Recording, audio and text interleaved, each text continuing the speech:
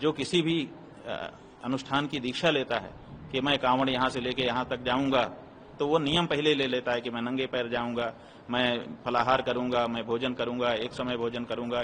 ये पाश्चात्य संस्कृति है कि हम बना बनाया भोजन खरीद करके खाएं। हमारे यहाँ बना हुआ भोजन ना तो बेचा जाता है ना तो खरीदा जाता है। कच्चा अनाज जरूर व्यापार का विषय हो सकता है। हमसे पूछा गया था कि ये जो कांवड़ के समय में दुकानों में बोर्ड लगाने वाली बात पिछली वर्ष आई थी, उस बारे में आपका क्या कहना है? तो हमने कहा, देखिए, राजनीति की दृष्टि से इसमें कहा जा चुका, तभी तो आदेश पारित हुआ।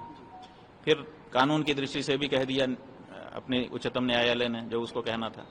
धर्म की दृष्टि से अगर हमसे आप पूछते हैं तो धर्म की दृष्टि से हम ये कहना चाहेंगे कि जो धर्म पालन करने के लिए तत्पर व्यक्ति होता है, जो किसी भी अनुष्ठान की दीक्षा लेता है कि मैं कांवड़ यहाँ से लेके यहाँ तक जाऊंगा, तो वो नियम पहले ले लेता है कि मैं नंगे पैर जाऊंगा, मैं फलाहार करूंगा, मैं भोजन करूंगा, एक समय भोजन करूंगा, यही कपड़े पहनूंगा, ब्रह्मचर्य से रहूंगा, असत्य नहीं बोलूंगा, आदि आदि।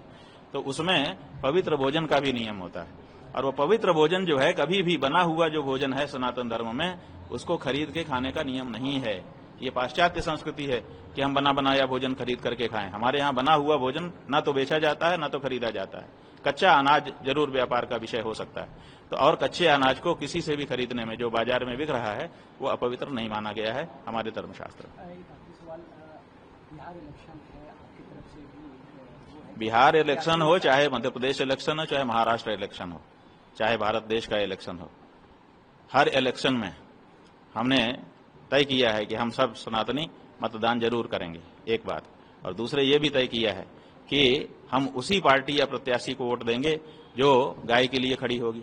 लेकिन गाय के लिए कोई पार्टी खड़ी नहीं है, इसलिए अब किसी पार्टी को वोट न दे करके हम जो गाय के लिए प्रत्याशी खड़ा हुआ होगा उसको वोट देंगे। और बिहार के इलेक्शन में भी यही करेंगे।